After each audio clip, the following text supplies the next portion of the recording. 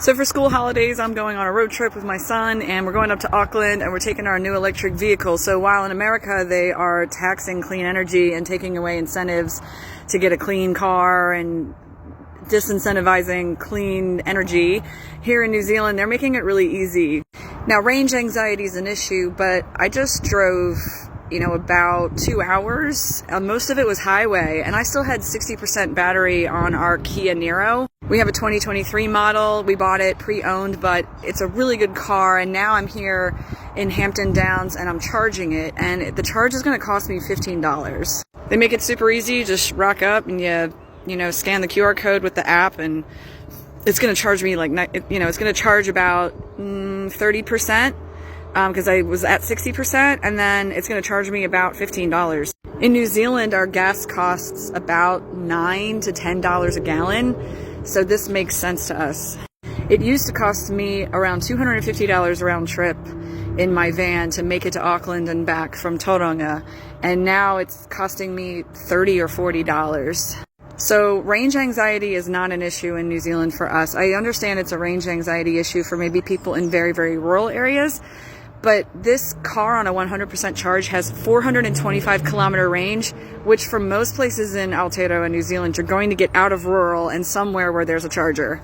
And if worse comes to worse, they make chargers that plug into a normal wall socket, which means you can slow charge overnight in an emergency. So we really advocate for it. So if you are moving to Aotearoa or you already live here and you are sick and tired of paying gas to the oil conglomerates that just ruin our earth and poison us, I think it's worth it.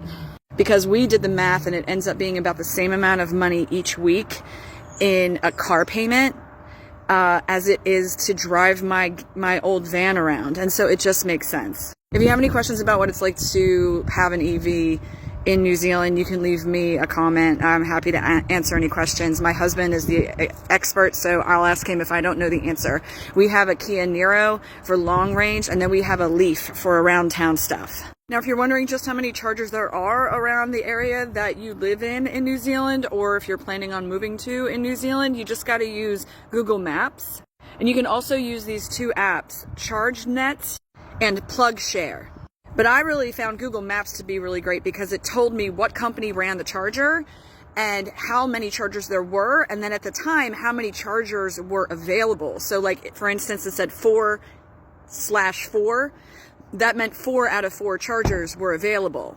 And that's really great because if you don't want to get somewhere that has just one charger and then you have to wait for somebody to get off of it, or if you're worried that that one charger might be broken, you just go to a different charge station that has more chargers available so that if one is broken or one is taken, there will be more for you to use.